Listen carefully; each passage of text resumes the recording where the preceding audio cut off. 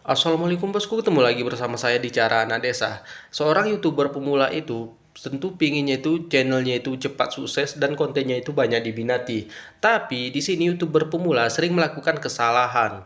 Kesalahan kecil bagi kita tapi kesalahan besar bagi YouTube. Di sini peraturan-peraturan kecil YouTube sering kita mengabaikan saat kita upload video, saat kita membuat konten, sehingga konten kita nanti akan ditolak sama pihak YouTube.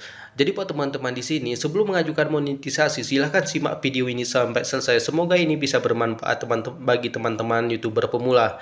Bagi yang belum subscribe, silahkan di-subscribe dulu channel terbaru saya ini di Cara Anak Desa. Semoga channel saya ini bisa berkembang karena bantuan dari teman-teman di sini. Jadi buat teman-teman di sini, terima kasih bagi yang sudah subscribe. Pertama yang kita lakukan adalah ini kesalahan yang sudah pernah saya alami dan banyak orang yang mengalami ini, bukan hanya kita YouTuber yang sukses besar sekarang pun mungkin pernah dulu mengalami hal ini, yaitu kita menggunakan di sini saat kita membuat konten, mungkin di selah-selah konten kita itu kita membuat konten lucu, tapi kita lupa dengan peraturan YouTube.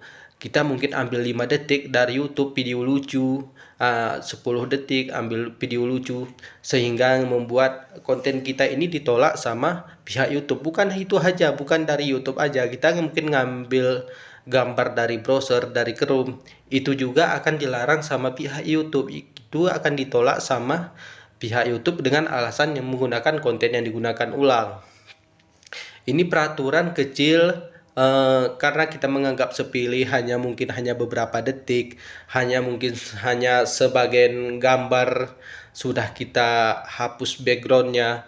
Tapi ini juga akan ditolak sama pihak YouTube. Sekarang YouTube itu sangat teliti saat meninjau ketika kita mengajukan untuk dimonetisasi. Yang kedua di sini terkena copyright.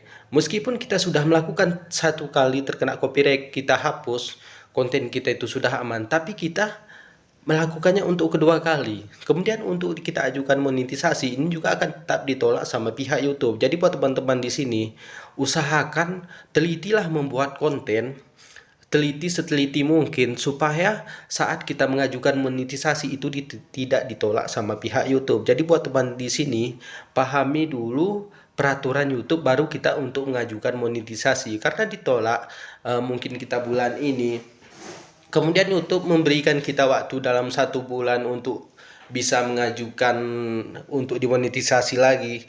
Tapi di sini channel kita sudah bermasalah dan tidak ada jaminan bulan depan bahwa kita diterima bergabung dengan partner YouTube. Jadi teman-teman di sini, meskipun terkena copyright kelamin cipta, atasi sebaik-baik mungkin, jangan pernah mengalami kesalahan kedua kali. Ini akan ditolak sama pihak YouTube.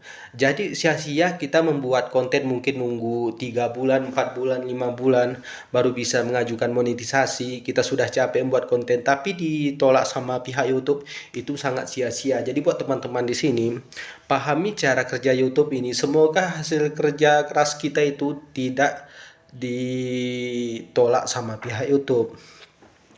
Hal yang paling saya sarankan di sini yaitu konten yang digunakan ulang dan berulang.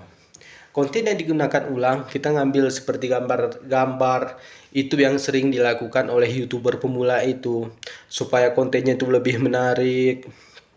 Tapi itu ditolak sama pihak YouTube, sia-sia kita udah menghabiskan kuotanya, menghabiskan tenaga kita, waktu kita, tapi kita ditolak sama pihak YouTube.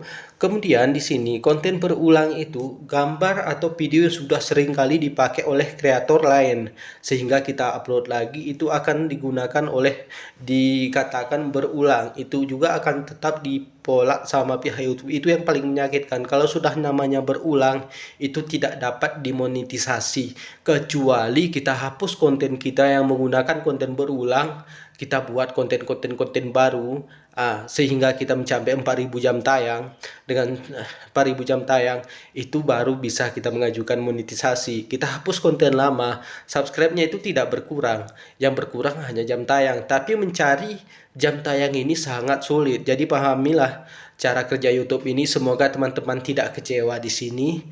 Silahkan peraturan kecil YouTube ini kita buat secara teliti, semoga tidak salah langkah. Terima kasih sudah menonton channel Bicara Desa ini.